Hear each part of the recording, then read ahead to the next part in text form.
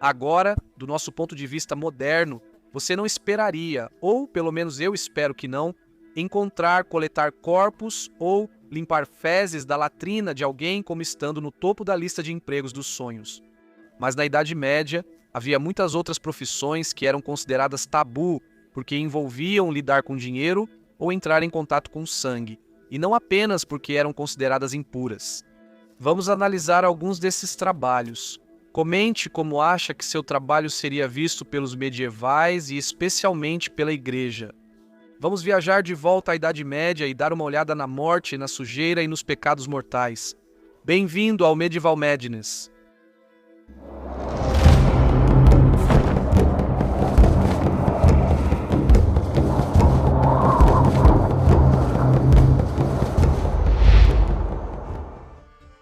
Os desprezíveis.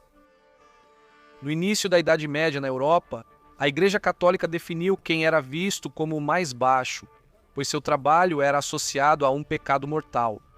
Ela ensinava que o melhor trabalho era aquele que refletia o próprio ato de criação de Deus. A agricultura estava no topo da lista, já que trabalhar a terra era visto como uma atividade divina. Artesãos como ferreiros, que usavam as mãos para moldar matérias-primas, também eram considerados honrados.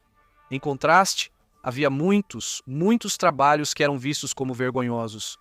Por serem derramadores de sangue, médicos, açougueiros e cirurgiões eram condenados, e qualquer pessoa com dinheiro era vista com desprezo. Comerciantes eram vistos apenas como transportadores, não criadores. Por isso, seus lucros eram considerados injustos. Pior ainda, havia aqueles que cometiam um pecado mortal enquanto exerciam seu trabalho. Como o pecado da luxúria era um dos piores, isso condenava não apenas os vendedores de sexo, mas também aqueles associados a eles. Donos de banhos, estalajadeiros e proprietários de tavernas que ofereciam vinho, jogo e dança. A ganância e a avareza também condenavam juízes e advogados. A gula trazia condenação para os cozinheiros, e os soldados, já em perigo de danação eterna por causa do derramamento de sangue, segundo o filósofo alemão Alberto Magno, demonstrando ganância por causa da promessa de maiores ganhos, ao buscar os despojos de guerra, vaidade por exibirem sua força. E pior de tudo, a quebra do 6º mandamento, não matarás, ao assassinarem inocentes. Até mesmo mendigos saudáveis foram criticados por não quererem trabalhar por preguiça. Classificamos essa lista da melhor para a pior, então vamos lá. Limpando tudo, a lava-louças. Curiosamente, o humilde lavador de panelas era visto com desprezo durante a Alta Idade Média. Esfregar pratos de madeira ou de estanho, cerâmica e panelas de metal e outros utensílios geralmente era feito em um balde ou recipiente com água. Um pedaço de pano ou areia ou cinza de lira eram usados como agentes de limpeza. Frequentemente, suas mãos ficavam ásperas e doloridas devido à exposição constante aos produtos químicos e à água contaminada. O local de trabalho também não era muito salubre. Presos nos fundos da cozinha, em chão de pedra fria ou até do lado de fora em qualquer clima, os ajudantes ocupavam o nível mais baixo da hierarquia dos funcionários. O frei dominicano e filósofo italiano São Tomás de Aquino referiu-se a eles como os mais baixos dos baixos, pois exerciam um trabalho sem dignidade e sem intelecto. Tirando sarro, o pisoeiro. Muitos medievais ganhavam dinheiro com a principal indústria da Idade Média, o comércio de lã.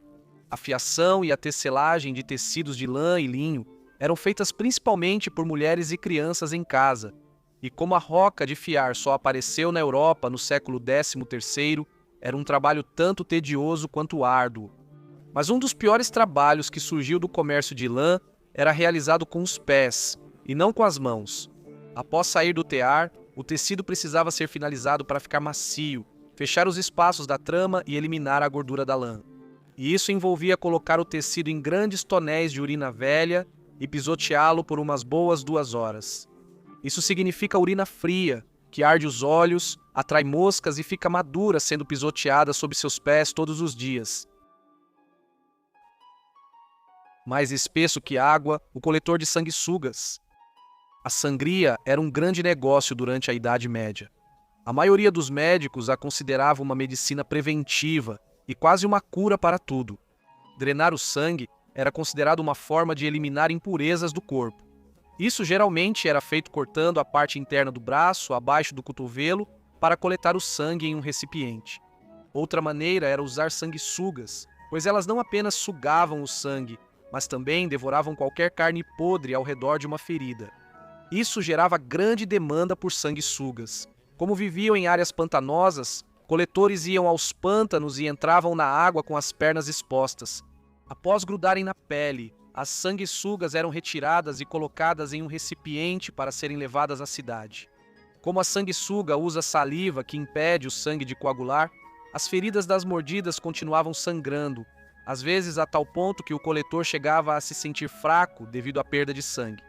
As feridas abertas ficavam expostas a quaisquer germes que pudessem estar presentes na água, e os coletores podiam contrair todo tipo de doenças, como leptospirose e outras infecções parasitárias, além da malária.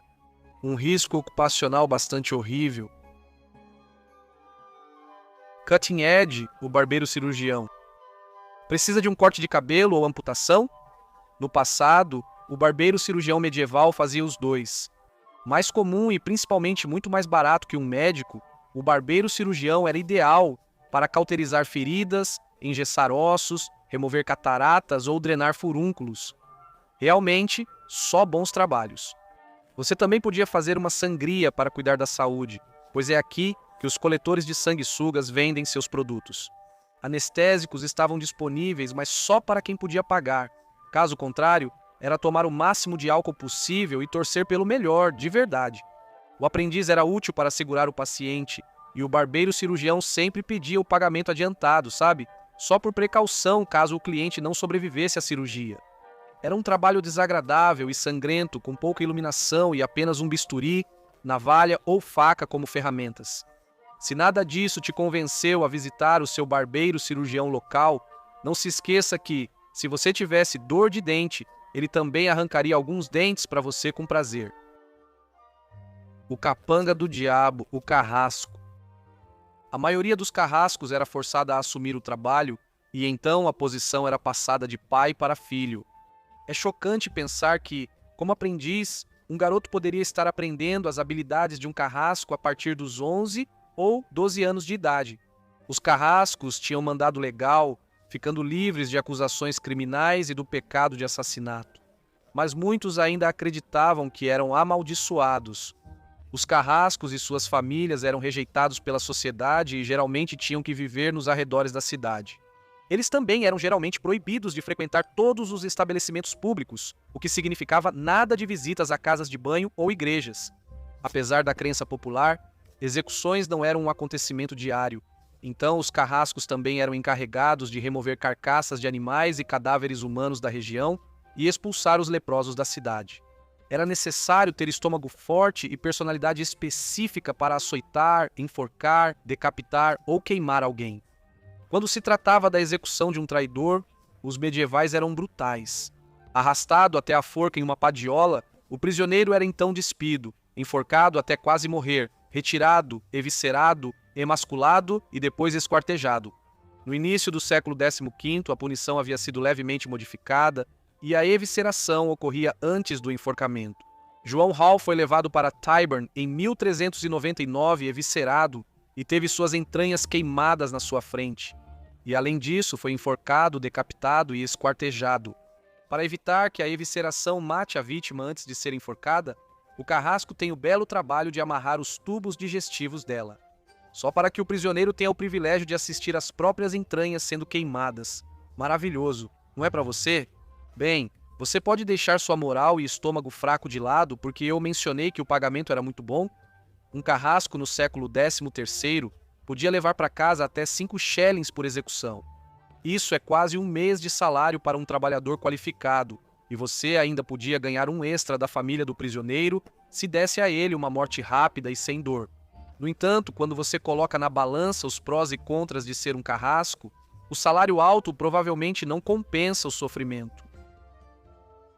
Não desperdice, não faltará. Limpador de fossas. Você provavelmente já sabe que o saneamento básico não era exatamente bom durante a Idade Média, e as fossas não se esvaziavam sozinhas. É aí que entra o limpador de fossas. Trabalhando geralmente à noite, eles tinham o adorável trabalho de entrar nas fossas de latrinas públicas e privadas e retirar o lixo humano com paz. Às vezes, eles podiam literalmente ficar com o lixo até o pescoço. Usando um balde, o limpador de fossas passava o resíduo para um dos garotos que trabalhavam com ele. Após esvaziar, levavam o lixo em carroça puxada por cavalos e despejavam longe das áreas povoadas. Grandes cidades como Londres acumulavam milhares de galões de excremento que precisavam ser retirados. O pagamento era bom, já que o trabalho envolvia risco de contrair vermes parasitas. Havia risco de desmaiar pelos gases tóxicos ou até se afogar na sujeira, que foi o que aconteceu em 1326 com o limpador de fossas Ricardo, o rastejador, quando ele caiu em uma fossa enquanto trabalhava. A própria natureza do trabalho deles fazia com que os limpadores de fossas fossem evitados pelo resto da sociedade e geralmente vivessem afastados da população em geral. Não vamos esquecer que eles não chegavam em casa e tomavam banho depois, já que talvez não houvesse muita água limpa para se lavar após o trabalho. Carregadores da peste, os coletores de corpos. No final da década de 1340, uma peste atingiu a Europa com tanta ferocidade que, para as pessoas da Idade Média, devia parecer o fim do mundo.